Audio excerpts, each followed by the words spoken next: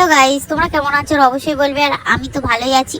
তাই আমরা নতুন বড় বাইক কিনেছিল, আর সেই উপলক্ষে করে ঘোরা তো এখন হচ্ছেই না টাইমের কারণে, কিন্তু আমরা এবারে একটু খড়িবাড়ি চলে গেলাম।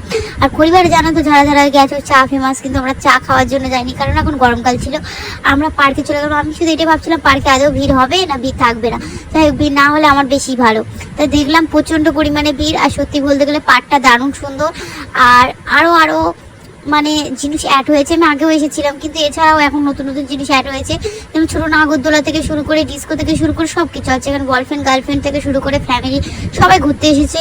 আর সবাই তো বিশেষ করে বাচ্চাকে নিয়ে ঘুরতেই আসে, এটা কারণ বাচ্চাদেরই মানে পার্ক, কিংবা যেন বড়রাও এখানে খেলছিল, এটাই তো বড় সুন্দর ব্যাপার।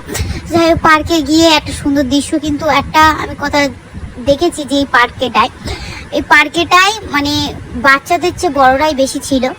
লালপরি থেকে ফুলপরি নীলপরি সব ছিল। আর এই পার্কেটায় ভালোবাসা মানুষ খুব কম ছিল।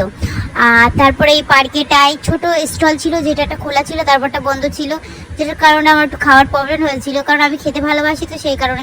তাই জন্য আমরা অল্প কিছু নিয়ে খেয়ে বাইরে থেকে খেয়ে এলাম, যেটা তোমাদের সাথে শেয়ার করা হয়নি বাইরে থেকে খাওয়ার পদে, কারণ সব কিছু শেয়ার করা যায় না ক্যামেরা বন্দিতে। তারপর আমরা ফটো একটু শ্যুট করলাম, কারণ আমি তো জানো ফটো আর ভিডিও করতে কী ভালোবাসি, তার জন্য করলাম। আর পার্কে জানো বাইরে আসার পথে দেখলাম সুন্দর সুন্দর গাড়ি, যেখানে কি সব পার্কে বড় লোকরাই আসে না কি, সুন্দর সুন্দর গাড়ি দেখে তো আমি অবাক। তারপরে এইদিকে অনেক রকমের জুস ছিল। তারপর আমরা একটু দইয়ের জুসই নিলাম, কারণ অন্য ফ্লেভারের জুস জানোই তো যে ভালো হয় না, সেই কারণে দইটাই খুব সুন্দর লাগছিল, আর ওইটাই আমরা 3টে নিলাম।